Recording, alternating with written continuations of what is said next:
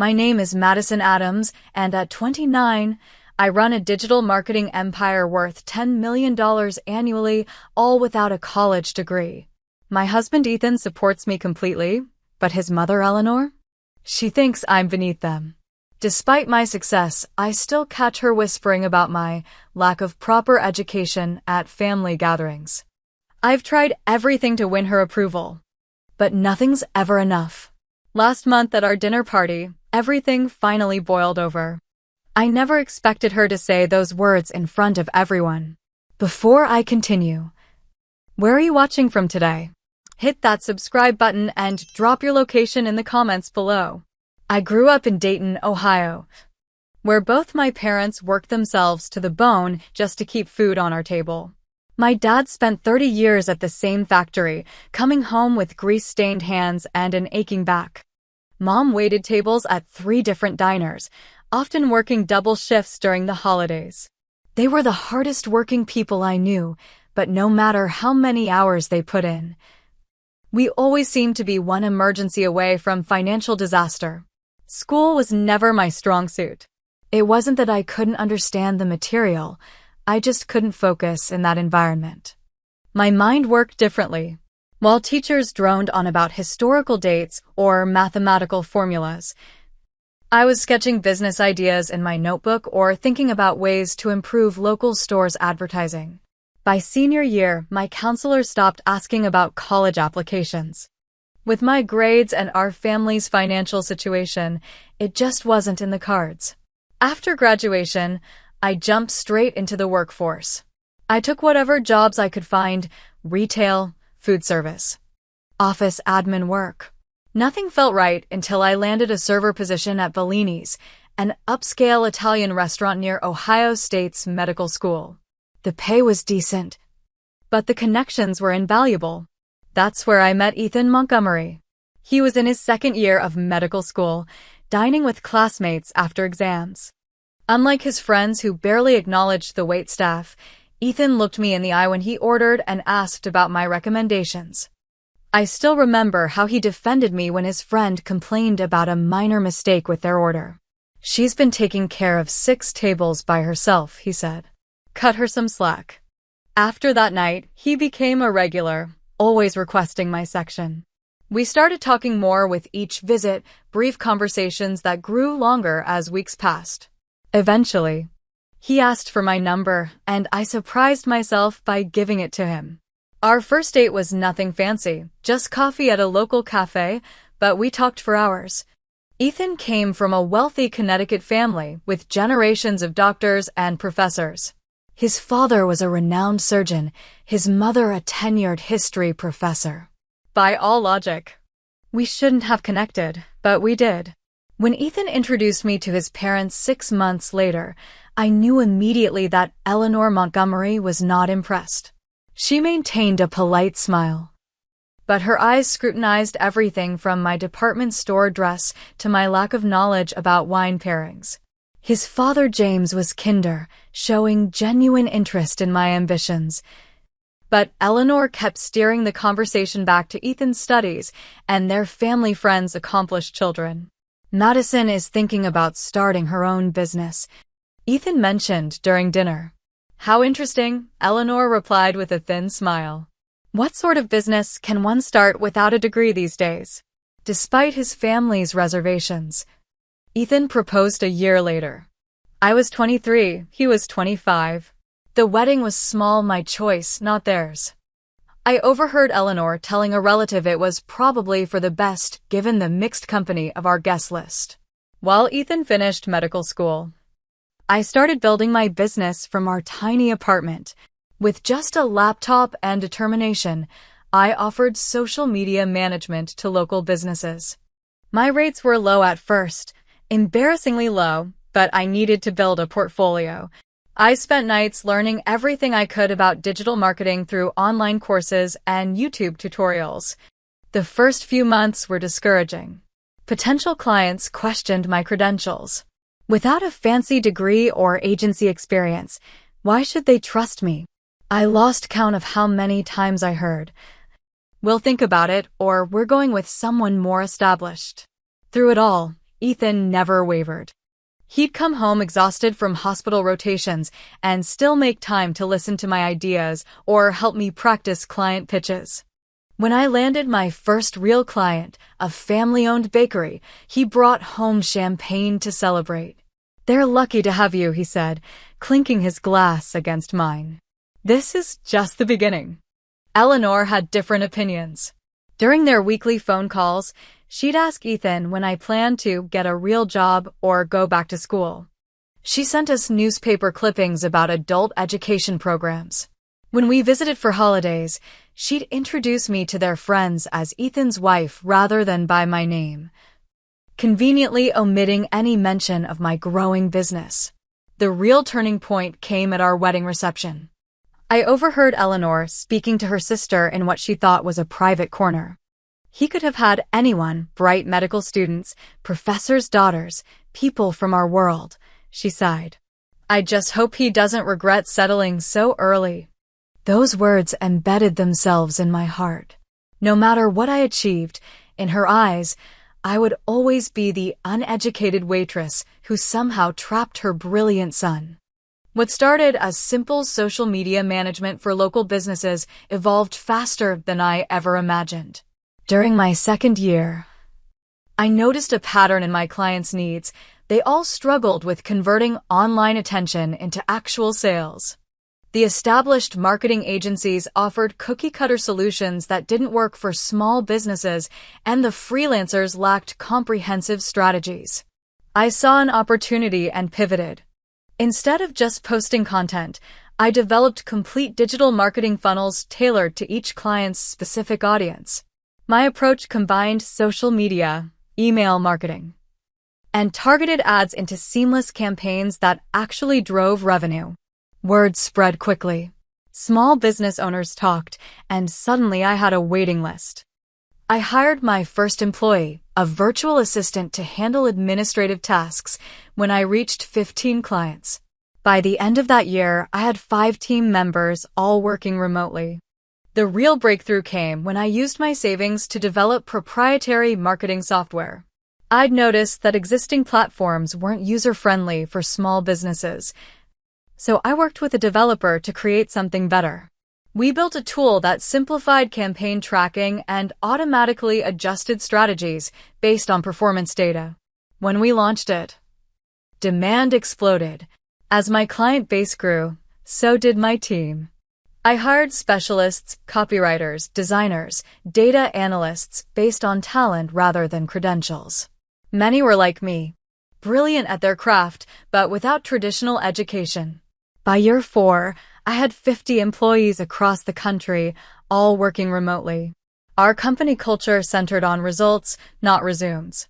Ethan watched my success with genuine pride, even as he navigated the pressures of medical residency.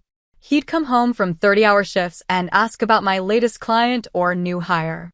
When I tried to downplay achievements, worried about overshadowing his medical career, he'd have none of it. "Mad, what you're building is incredible," he'd insist.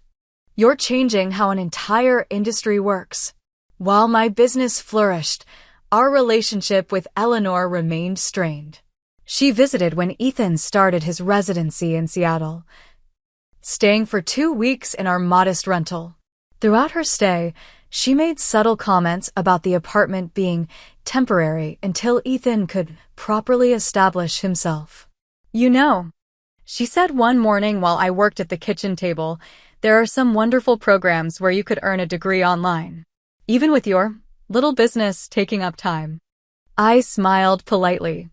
"I'm pretty busy with client work right now, but I'll keep that in mind." She placed a university brochure beside my laptop. "Education is never wasted, dear." What Eleanor didn't know, what I hadn't told even Ethan yet, was that my little business had just secured a contract worth over $1 million. A national retail chain had hired us to overhaul their entire digital presence, the largest project we'd ever handled. When I finally shared the news with Ethan that night, he was ecstatic, insisting we go out to celebrate. I hesitantly suggested including Eleanor. "She should know how well you're doing," he said. "Maybe she'll finally stop with the education comments." At dinner, I nervously told Eleanor about the contract. Her response was immediate. "How lovely that these computer games are working out for you," she said, cutting her steak precisely. "Though I imagine it's quite unstable. Good thing Ethan has a proper career to fall back on." I saw Ethan's jaw tighten, but he said nothing. Later, he apologized for his mother, explaining she came from a different generation that valued traditional education above all else. I understood, but the dismissal still stung. As my business continued growing, we bought our Seattle home, a beautiful modern house overlooking the water. During her first visit, Eleanor walked through each room with pursed lips. "It's very contemporary," she said, which I quickly learned was her code for disapproval. All this glass and open space. Not very practical for when you have children. Children were a sensitive subject. Ethan and I wanted them eventually, but we'd agreed to wait until his residency ended. Eleanor brought it up constantly, implying my career was the obstacle. "A woman's most important job is motherhood," she'd say during family calls. "Everything else is secondary." Despite these tensions, I continued trying to win her approval. I sent thoughtful gifts on her birthday and holidays. When she mentioned wanting to visit Europe, I surprised her and Ethan's father with first-class tickets and luxury hotel reservations. I included Eleanor in holiday planning and asked for her family recipes. Nothing changed her perception of me. As my annual revenue approached $5 million, I maintained privacy about my financial success. Only Ethan knew the full extent of our wealth, which now significantly outpaced his residence salary. We made a conscious decision not to flaunt it, especially around family. "It wouldn't change anything," Ethan said when I considered being more transparent with his parents. "Mom would just say you got lucky or that money doesn't equal accomplishment." He was right, of course. During a family reunion, I overheard Eleanor telling cousins that I played on the computer all day while Ethan saved lives. When someone asked directly about my work, she interrupted before I could answer. "Madison helps small businesses with their Facebook pages," she said dismissively. "It keeps her busy while Ethan builds his practice." These moments hurt, but I focused on my growing company and my relationship with Ethan. We were partners in the truest sense, supporting each other's dreams without competition or resentment. When I suggested buying a vacation property in Chicago, a city we both loved, he enthusiastically agreed. "Having a place that's just ours might be nice," he said. I didn't mention that I was also thinking of it as a potential retreat from family tension. Everything changed when Ethan's father died unexpectedly from a heart attack. James had always been the buffer between Eleanor's criticism and me, often steering conversations to neutral territory when tensions rose. Without him, there was nothing to temper Eleanor's disapproval. 2 months after the funeral, Eleanor announced she was selling the Connecticut house and moving to Seattle to be closer to us, her only family left. Ethan was thrilled. I was terrified. "It'll be different once she's here regularly," Ethan assured me. "She'll see how hard you work, how successful you are." I wanted to believe him, for his sake. I tried to be enthusiastic about helping Eleanor find a condo just 15 minutes from our home. I even took time away from work to help her move in and decorate, hoping to build a better relationship through shared activities. For the first few weeks, things seemed promising. Eleanor joined us for Sunday dinners and was genuinely warmer than I'd ever seen her. But as she settled into Seattle life, old patterns reemerged, intensified by her increased presence in our daily lives. She began dropping by our house unannounced, often when Ethan was at the hospital. She'd ring the doorbell during my video calls with clients or team meetings, insisting it was just a quick visit. No matter how many times I explained my work schedule, she didn't seem to grasp that working from home meant actually working. "I don't understand why you can't take a break," she'd say, wandering into my office space with coffee. "It's not like you have a real office to go to." I tried establishing boundaries, setting office hours, and asking her to call before visiting, but she viewed these requests as personal rejections. She'd tell Ethan I was keeping her at arm's length during a difficult time in her life. The situation became increasingly uncomfortable as my business continued growing. We hit $5 million in annual revenue that year, expanding into international markets and launching a second software product. I now had team members across 3 continents and was considering opening a small headquarters in downtown Seattle. During this intensive growth period, Eleanor's interruptions became more disruptive. She'd arrive with grocery bags, insisting on reorganizing my kitchen while I was on important calls. She'd vacuum near my office during presentations. Once, she walked into frame during a video meeting with our biggest client to ask if I wanted turkey or ham on my sandwich. "Your mother-in-law seems very involved," the client commented afterward. What made it worse was Eleanor's continuing dismissal of my career in conversations with others. At a neighborhood barbecue, I overheard her telling our neighbors that she worried about me being home alone all day with nothing but that computer. When family visited from Connecticut, she introduced me with, "This is Madison, Ethan's wife. She does internet things while he's at the hospital." The subtle digs accumulated, creating a constant undercurrent of tension. Ethan noticed, but found himself caught in an impossible position, wanting to defend me without hurting his widowed mother. He'd gently correct her misconceptions about my work, but never directly confronted her behavior. "She's still grieving, mad," he'd explain after particularly difficult interactions. "And she grew up believing a woman's value came from her education and social standing. She doesn't understand what you do." I understood grief. I'd lost my own father years earlier.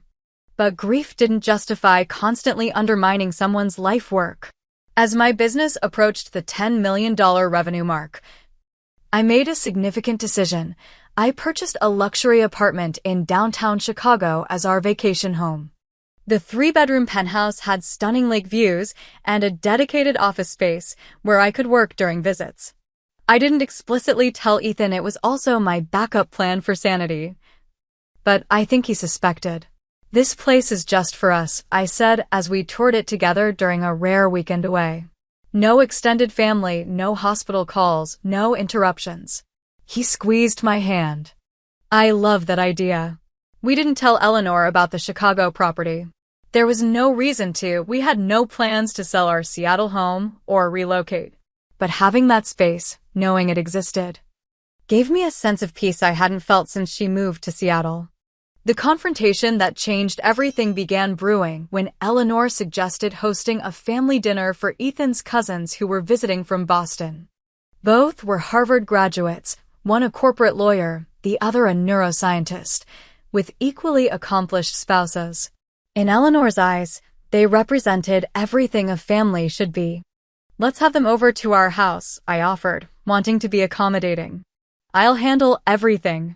Eleanor seemed pleased with my enthusiasm, but added, "I'll help, of course. These are important people and everything should be perfect." I spent days planning the menu, cleaning the house, and arranging my work schedule to ensure I could be fully present. The morning of the dinner, I wrapped up critical meetings by noon, then started preparing the elaborate meal I'd planned. Eleanor arrived 3 hours early, immediately critiquing my preparations. "Oh, you're using those plates? I thought we'd use the formal china." She rearranged my carefully set table. "And these napkins are too casual for William and Rebecca. They're used to proper dining." I bit my tongue and adjusted. Throughout the afternoon, she reorganized my kitchen, changed my menu, and questioned every decision from the wine selection to the background music. By the time guests arrived, I was already emotionally exhausted. Ethan's cousins and their spouses were polite but reserved. Conversation during appetizers centered on their children's private school accomplishments and recent vacations to exclusive resorts. I tried engaging, asking questions and showing interest in their lives. While serving the main course, my phone buzzed with an email notification. I ignored it. But the buzzing continued, our system's way of flagging urgent messages. Eleanor noticed, shooting me a disapproving look across the table. Is something more important than our family dinner? Madison, she asked sweetly. Not at all, I replied, silencing the phone. Just work notifications. What exactly is it that you do again? William's wife asked, seemingly genuinely interested. Before I could answer, Eleanor jumped in. Madison helps small businesses with their social media, like posting pictures of products on Facebook. Right, dear? I took a breath. Actually, I run a digital marketing agency with 50 employees across 3 continents. We develop proprietary software and marketing strategies for businesses ranging from local shops to international retailers. The table fell momentarily silent. That sounds fascinating, Rebecca's husband said. Is that something you studied in college? Eleanor laughed before I could respond. Madison didn't go to college. She's more of a self-taught type. The way she said self-taught made it sound like a character flaw rather than an achievement. The conversation quickly shifted to the importance of formal education, with Eleanor leading the charge. I've always believed that higher education shapes not just one's career, but one's character, she said pointedly. Don't you agree, William? As they launched into a discussion about prestigious universities and the doors they opened, I felt increasingly invisible at my own dinner table. Ethan tried steering the conversation toward more inclusive topics, but Eleanor expertly pulled it back to academic accomplishments. Midway through dessert, Ethan's phone rang, an emergency at the hospital. He apologized profusely, explaining he needed to go in for a critical patient situation. I'm so sorry, he whispered to me before leaving. I'll be back as soon as I can. With Ethan gone, Eleanor seemed emboldened. As I cleared dessert plates, my phone buzzed again, repeatedly. Given the pattern of notifications, I knew something significant was happening with our largest client account. Excuse me for just one moment, I said politely, stepping into the hallway to quickly check the message. It was from my operations director. Urgent. Server crash affecting all client dashboards. Need immediate authorization for emergency protocol. This was serious. Our clients' marketing campaigns and data were at risk. I quickly typed a response authorizing the necessary actions and emergency team deployment. The entire exchange took less than 2 minutes. When I returned, Eleanor was staring at me with barely concealed contempt. In my day, she announced to the table. Young women didn't prioritize phones over guests. But I suppose that's what happens without proper educational background to teach social graces. The cousins looked uncomfortable. I started to apologize for the brief interruption when Eleanor continued. Madison has always been more interested in playing on her computer than building real skills. Ethan does his best to support her little hobby, but really, what kind of example does that set? An uneducated person pretending to run a business from our guest bedroom. My cheeks burned. The guest bedroom she referred to was my fully equipped home office that had generated millions in revenue. Eleanor, I started, trying to keep my voice steady. My work isn't a hobby. It's a legitimate business that. That what? She interrupted, voice rising. That keeps you busy while Ethan actually contributes to society? He saves lives while you post pictures online. You have no education, no real skills, and frankly, no business pretending to be part of this family. The dining room fell silent. Even Eleanor seemed momentarily shocked by her outburst. But instead of backing down, she doubled down. You're uneducated and jobless, get out, she snapped, pointing toward the door as if I were a trespasser in my own home. For a moment, no one moved. The cousins stared at their plates. I felt a strange calm wash over me, the kind that comes when a long-feared confrontation finally arrives. I smiled, placed my napkin gently on the table, and simply said, okay. The sound of my chair sliding back from the table seemed unnaturally loud in the stunned silence. I stood up slowly, maintaining eye contact with Eleanor, whose face flickered between triumph and uncertainty.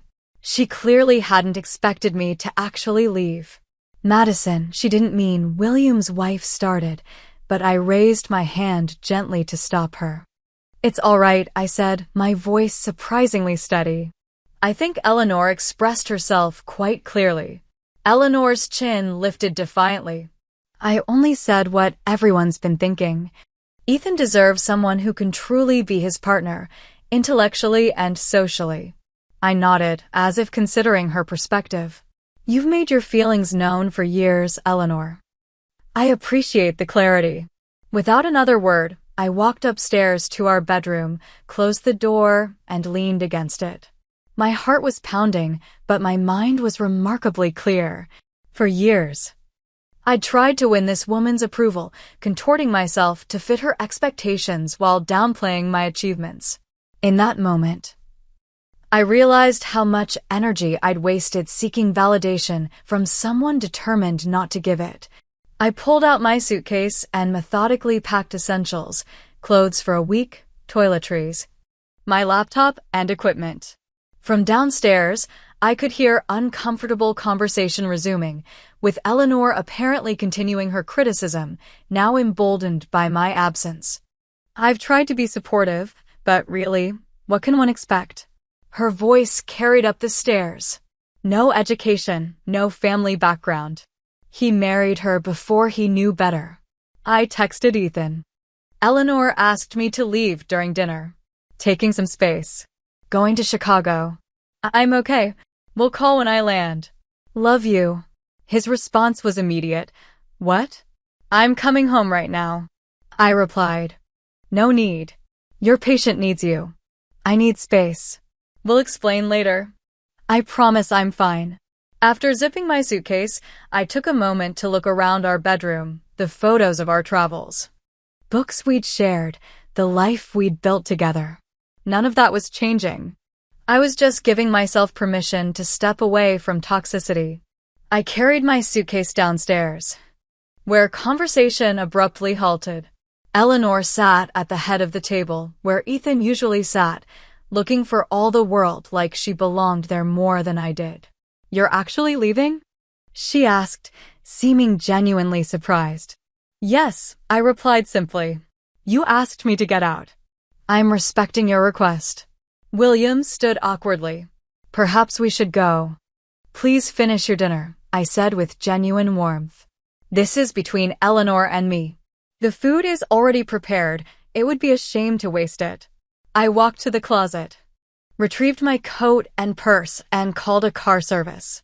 As I waited by the door, Eleanor approached, her expression a mix of irritation and confusion. This is completely unnecessary drama, she said quietly. You're embarrassing yourself and this family. I looked at her calmly. Eleanor, I've spent years trying to earn your respect. I've been patient, understanding, and accommodating. But I won't stay where I'm not wanted, especially in my own home. Well, where will you go? She demanded, as if catching me in a bluff. I have options, I said simply. Her eyes narrowed. You'll go running to your parents, I suppose? Hiding in that little town until Ethan forgives you for walking out? I didn't bother correcting her assumption that I had nowhere else to go. My phone buzzed with notification that my car had arrived. Please lock up when everyone leaves, I said, picking up my suitcase. Good night. As I walked out the door, I heard Rebecca whisper, should someone go after her? Eleanor's response followed me into the night. She'll be back when she runs out of money. Where else would she go? The cool Seattle air felt cleansing as I loaded my suitcase into the waiting car and directed the driver to the airport. I purchased a first-class ticket to Chicago on the next available flight, scheduled to depart in just under 2 hours. While waiting at my gate, I called Ethan. He answered immediately, his voice tense with concern. What happened? Are you really going to Chicago? I'm about to finish here. Ethan, I interrupted gently, I need some space right now. Your mother told me to get out of our house, in front of your cousins, after calling me uneducated and jobless. His sharp intake of breath was audible. She did what? Mad. I'm so sorry. It's not your fault, I assured him. But I need to remove myself from the situation. I'm going to our Chicago place for a while. I'll come with you, he said immediately. No, you won't. You have patients who need you, and a schedule you can't just abandon. I'll be fine. I can work from anywhere. That's the beauty of my little hobby, remember? The bitterness in my voice surprised even me. I softened my tone. I love you, Ethan. This isn't about us. But I need to figure out how to move forward with your mother. And I can't do that with her in our house every day. He was quiet for a moment. How long will you be gone?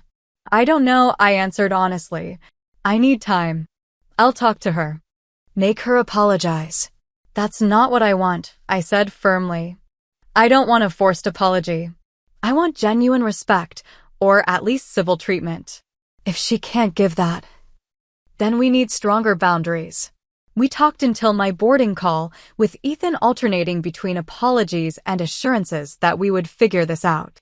Neither of us mentioned what we both knew, that this confrontation had been building for years, and there was no easy resolution. On the plane, I reclined in my seat and closed my eyes, exhaustion finally catching up with me. For the first time in years, I wasn't thinking about how to please Eleanor or minimize her criticism. I was thinking about myself, my business, and what I actually wanted from life. It felt surprisingly like freedom. Landing in Chicago at 2 a.m., I felt a strange mix of exhaustion and exhilaration. The city lights glittered as my taxi drove toward our lakefront building, a property Eleanor didn't even know existed. The doorman recognized me immediately, welcoming me despite the late hour. Inside our apartment, I dropped my suitcase and stood in the darkness, taking in the city view through floor-to-ceiling windows. This space was mine, ours, unsullied by judgment or criticism. I hadn't realized how much tension I'd been carrying until I felt it dissolve from my shoulders. After a few hours of restless sleep, I woke with the dawn and immediately set up my workstation in the dedicated office. My team was accustomed to my remote work. No one would question my Chicago location. By 7 a.m., I was responding to emails, reviewing the server crisis resolution, and joining my regular morning video call with directors. Everything all right? You're not usually at this background. My operations director noted. Just working from our Chicago place for a while, I replied casually. How's the server situation? We dove into business matters, and for those hours, I was simply Madison the CEO, not Madison the inadequate daughter-in-law. The work that Eleanor dismissed as a hobby required my full intelligence and attention. I guided my team through complex decisions, reviewed performance metrics, and approved strategy adjustments for our largest accounts. Mid-morning, Ethan called. He sounded exhausted. I just got home, he said. Mom's still here. I tensed. She spent the night at our house? After you left, the cousins made excuses to leave pretty quickly. Mom stayed to help clean up, then said it was too late to drive home. His voice was tight with controlled anger. I got home an hour ago, and she was making coffee in our kitchen like nothing happened. What did you say to her? I asked. I asked her why my wife was in Chicago instead of in our home. He paused. She tried to downplay it, said you were being overly sensitive and creating drama. When I pressed her, she claimed she was just concerned about your lack of direction in life. I almost laughed at the absurdity. My lack of direction. I know. I told her exactly what you make annually and how many people you employ. His voice softened. I wish you could have seen her face, mad. She had no idea. It wouldn't have mattered, I said. She'd just say I got lucky or that money doesn't equal accomplishment. Your mother has decided who I am, and no evidence will change that. We talked for nearly an hour. Ethan was torn between loyalty to me and concern for his widowed mother. I understood his position and didn't ask him to choose. Instead, I emphasized that I needed space to determine my own boundaries going forward. I'm not leaving you, I assured him. I'm just removing myself from a toxic situation while we figure this out. I miss you already, he said before hanging up. The house feels wrong without you. My first day in Chicago established a pattern that would continue for weeks. I worked normal business hours, took walks along the lakefront, ordered delivery from restaurants we'd discovered during previous visits, and video called with Ethan every evening. I also used the time to reflect on what I wanted from my relationship with Eleanor moving forward. Professionally, my temporary relocation coincided with unprecedented growth. Without daily interruptions and family tension, I focused completely on scaling operations. We landed 3 major new clients, bringing our projected annual revenue to $12 million.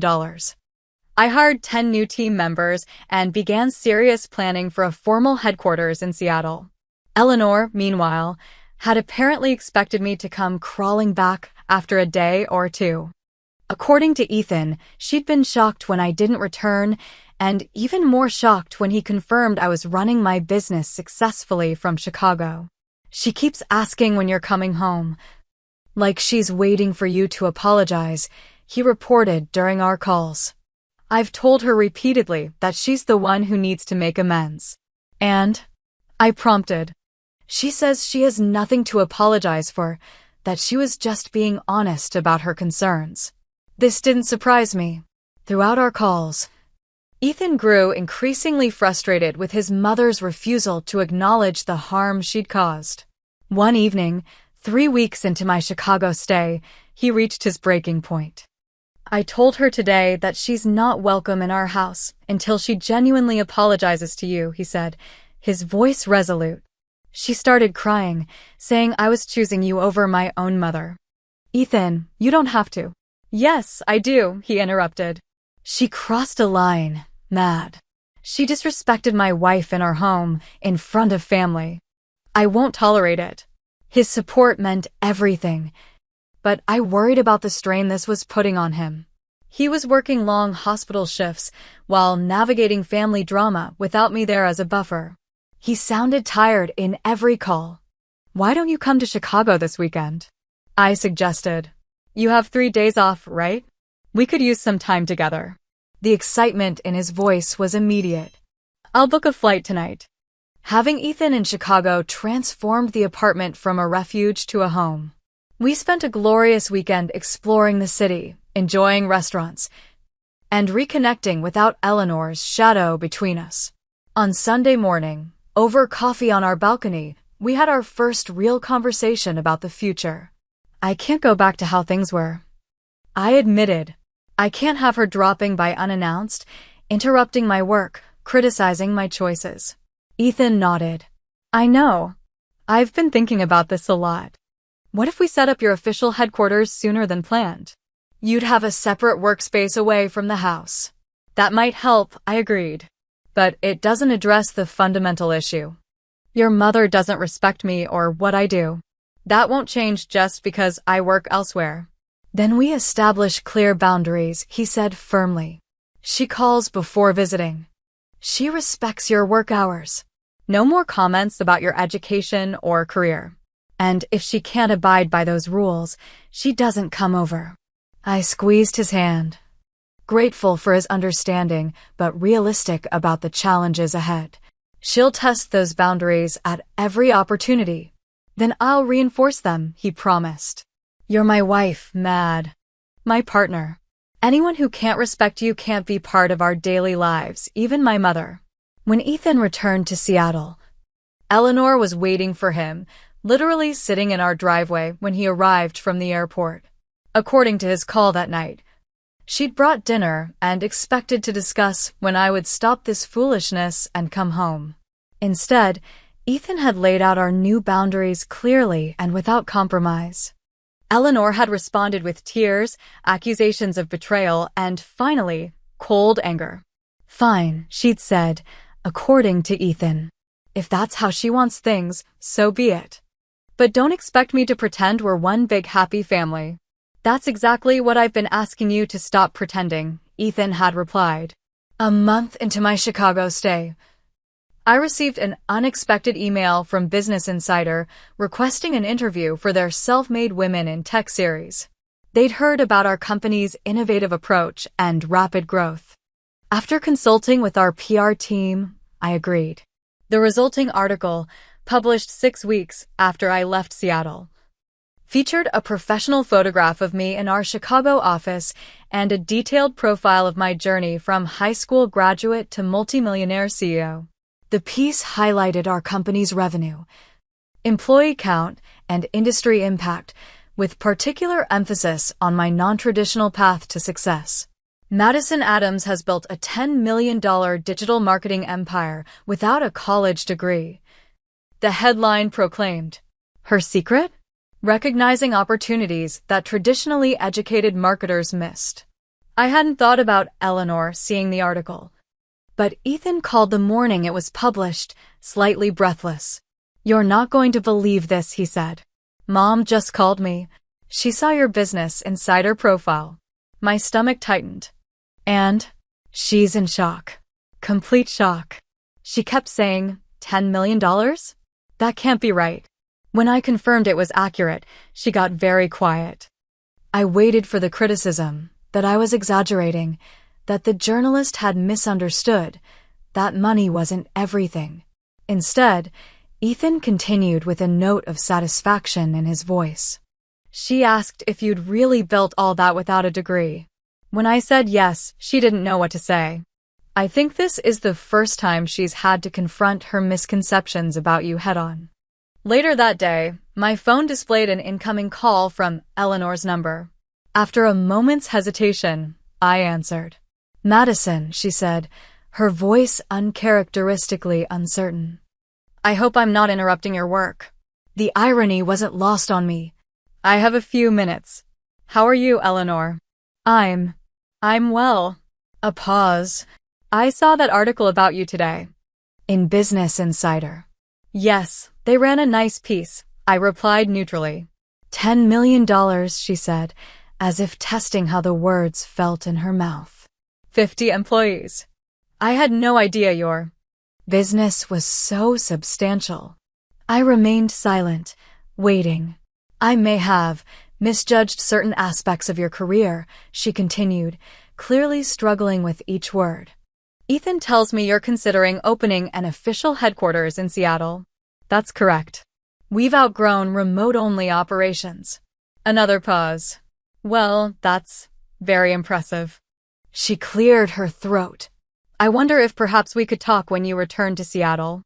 Clear the air, so to speak." It wasn't an apology, not even close, but it was the first time Eleanor had ever acknowledged my professional accomplishments as legitimate. "I think that would be good," I replied carefully. "I'll be back next week to look at potential office spaces. We could meet then." "Yes, excellent. I'll wait for you to let me know when you're available." After we hung up, I sat staring at my phone, processing what had just happened. The woman who had called me uneducated and jobless was now awkwardly acknowledging my success. Not because she respected me as a person, but because she couldn't argue with the external validation of my accomplishments. It wasn't the relationship breakthrough I might have once hoped for, but it was a start, a crack in the wall of disapproval she'd built around me. For the first time, I faced the possibility of returning to Seattle not as a supplicant seeking approval, but as a woman confident in her own worth. That night, I told Ethan I was ready to come home. The Seattle airport felt different as I wheeled my suitcase through the terminal. 3 months earlier, I'd fled in emotional turmoil. Now I returned with a clarity I'd never experienced before. Ethan waited beyond security, his face breaking into a massive smile when he spotted me. "Welcome home," he said, enveloping me in a hug that melted away the last of my apprehension. As we drove toward our house, I noticed my shoulders tensing slightly. Ethan reached over and squeezed my hand. "She's not there," he assured me. I told her we needed some time, just us, before any meetings or conversations. Our home looked exactly as I'd left it, yet something had fundamentally shifted. I walked through each room, reacquainting myself with the space that had once felt like both sanctuary and battleground. In my office, Ethan had set up fresh flowers and a small welcome home banner made by my team. "They've missed you," he said. "Everyone's excited about the headquarters plans." That evening, we ordered takeout from our favorite local restaurant and talked for hours about everything that had changed in 3 months. Ethan had taken a more assertive role with hospital administration, pushing back against impossible scheduling. I had transformed from a primarily remote CEO to someone actively planning physical expansion. "You seem different," he observed as we sat on our deck watching the sunset.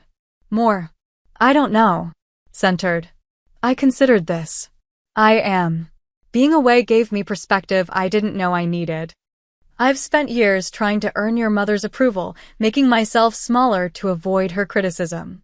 In Chicago, I remembered who I actually am." "And who is that?" he asked, smiling. "A woman who built something valuable from nothing. Someone who doesn't need external validation to know her worth." I leaned against his shoulder. "The girl from Dayton who still can't believe she lives in this beautiful house with this amazing man." The next morning, I met with commercial real estate agents to tour potential office spaces. By afternoon, I had narrowed it down to 3 possibilities, all downtown, all with room for future expansion. One property particularly stood out, a renovated industrial space with exposed brick, modern amenities, and stunning views of the water. "This is it," I told the agent, standing in what would become our main work area. "It feels right." After signing preliminary paperwork, I texted Eleanor, "I'm back in Seattle. Available to meet tomorrow afternoon if that works for you." Her response came quickly, "Tomorrow at 2? The cafe near your house." "Perfect," I replied, appreciating that she'd suggested neutral territory. That evening, Ethan asked if I wanted him to join the meeting. I shook my head. "This needs to be between Eleanor and me," I explained. "Whatever relationship we build going forward has to be ours, not mediated through you." He nodded, though concern lingered in his eyes. "Call me if you need me." I arrived at the cafe 5 minutes early, selecting a quiet corner table. Eleanor walked in precisely at 2, dressed impeccably as always. Her posture rigid with what I now recognized as nervousness rather than just condescension. "Madison," she said with a nod, sitting across from me. "You look well." "Chicago agreed with you." "It did," I replied. I got a lot of clarity there. After ordering coffee, we sat in uncomfortable silence. Eleanor fiddled with her napkin, an uncharacteristic show of uncertainty from a woman who always seemed so sure of herself. "Ethan tells me you've found an office space," she finally said. "Yes. A beautiful building downtown. We'll move operations there next month." She nodded. That's wonderful." Another pause. "Madison, I've been thinking a lot about our situation." I waited, giving her space to continue. I said things that night that were. She searched for the right word. Inappropriate. Unkind. It wasn't exactly, "I'm sorry," but it was the closest I'd ever heard Eleanor come to acknowledging wrongdoing. "Yes, you did," I agreed simply. She looked slightly taken aback by my directness. "I didn't have an accurate understanding of your business. I made assumptions based on..." She trailed off. "Based on my lack of college education," I finished for her. She had the grace to look embarrassed. "Yes, in my world, in academia, credentials matter. They're how we measure competence and potential." She straightened her shoulders. "But I'm beginning to understand there are different paths to success." I sipped my coffee, considering my response carefully. "Eleanor, I don't need you to approve of my career choices or educational background. What I do need, if we're going to have any relationship moving forward, is basic respect." "Of course I respect." "No," I interrupted gently but firmly. "You've shown contempt for my work, my choices, and my place in Ethan's life since the day we met. That needs to change if we're going to move forward." Color rose in her cheeks. For a moment, I thought she might revert to defensiveness. Instead, she took a deep breath. "You're right," she said, surprising us both. "I haven't been respectful. And that was wrong of me." She looked directly at me, perhaps for the first time.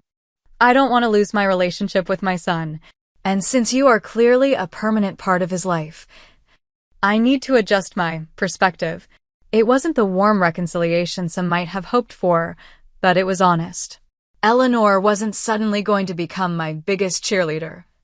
But she was acknowledging reality, both of my success and of my place in Ethan's life. "I appreciate that," I said. "And I'm willing to start fresh if you are." We spent another hour talking, more openly than we ever had before. I learned about her own struggles in academia as one of few female professors in her department decades earlier. She asked thoughtful questions about my business model and software development. We weren't suddenly friends, but we were finding a way toward peaceful coexistence. As we prepared to leave, she hesitated, then asked, "Would you and Ethan like to come for dinner next weekend?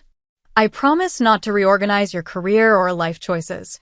The small attempt at humor, so unlike Eleanor, made me smile. "We'd like that." That night, I told Ethan about our conversation. "It's a beginning," I said. "Not a miracle transformation, but a start." He pulled me close. "That's all I ever hoped for. Thank you for giving her another chance." "I'm not doing it just for her," I clarified. "I'm doing it for us and for me." Holding on to resentment takes energy I'd rather put elsewhere. The following weeks brought significant changes. We signed the lease on our new headquarters, and I threw myself into designing a workspace that reflected our company culture. Ethan became more assertive about his hospital schedule, ensuring we had regular time together. And true to her word, Eleanor maintained a respectful distance, calling before visits and showing genuine interest in our lives. During dinner at her condo, she surprised me by asking about our hiring practices. "Ethan mentioned you employ several people without college degrees," she said. "How do you evaluate candidates without traditional credentials?" Instead of hearing judgment in her question, I recognized genuine curiosity. I explained our skills-based assessment process and portfolio reviews. "Traditional education works wonderfully for many people," I said. "Ethan thrived in that environment. But others learn differently or lack access to those opportunities. Their talents shouldn't be wasted because they took a different path."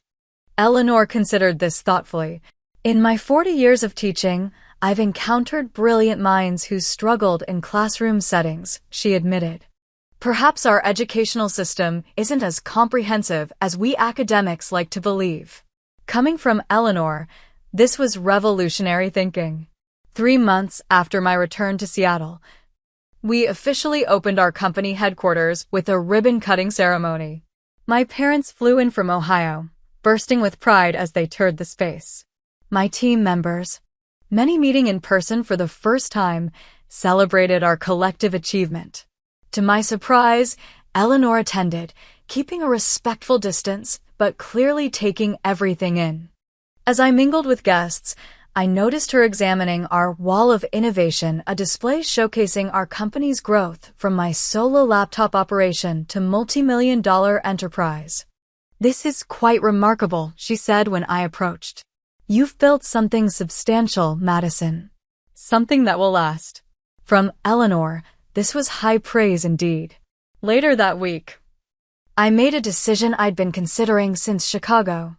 I established a scholarship foundation for entrepreneurs without college degrees, providing funding, mentorship, and resources to help others build their dreams regardless of educational background. When I mentioned it to Eleanor during a family dinner, she surprised me again. "That's an excellent idea," she said.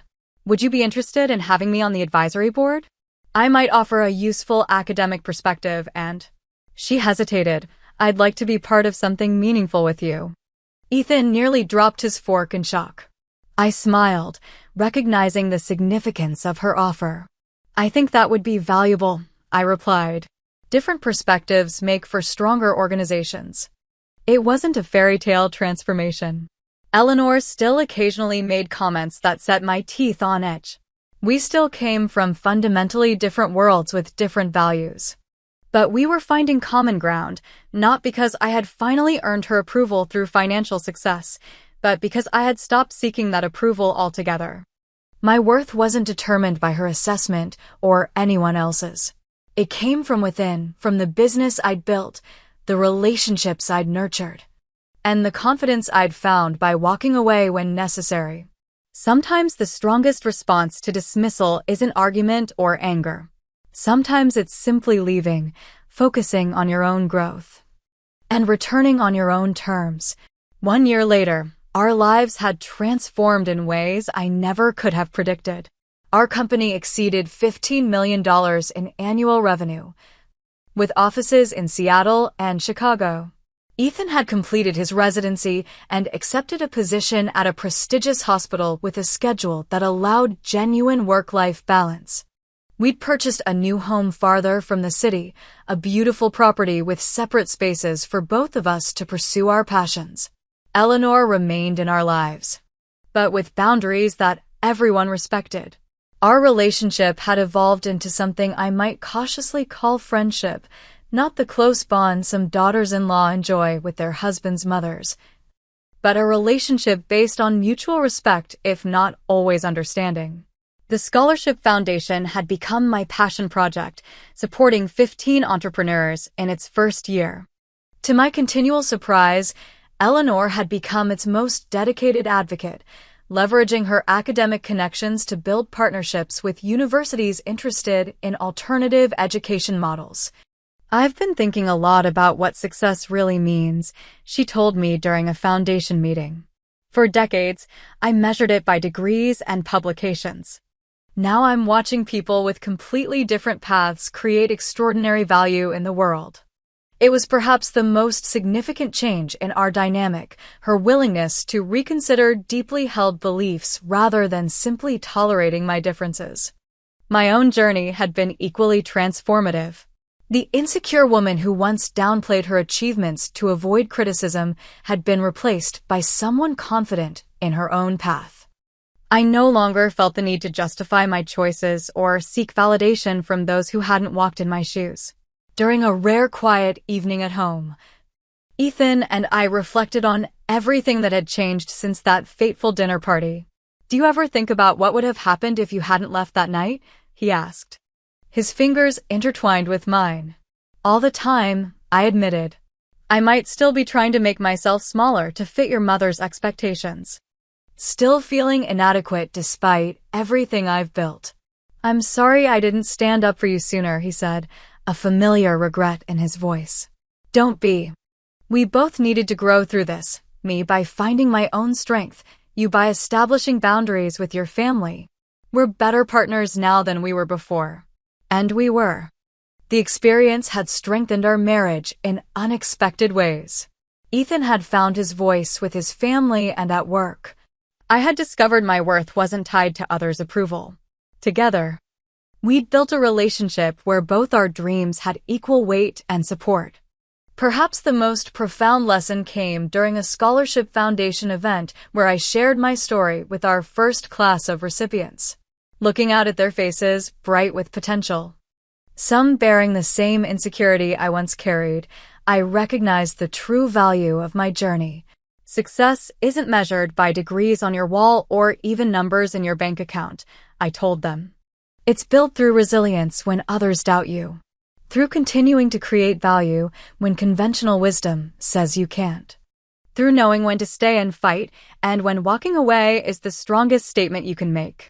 That night, after the event, I received an unexpected email from Eleanor with a simplicity that brought tears to my eyes.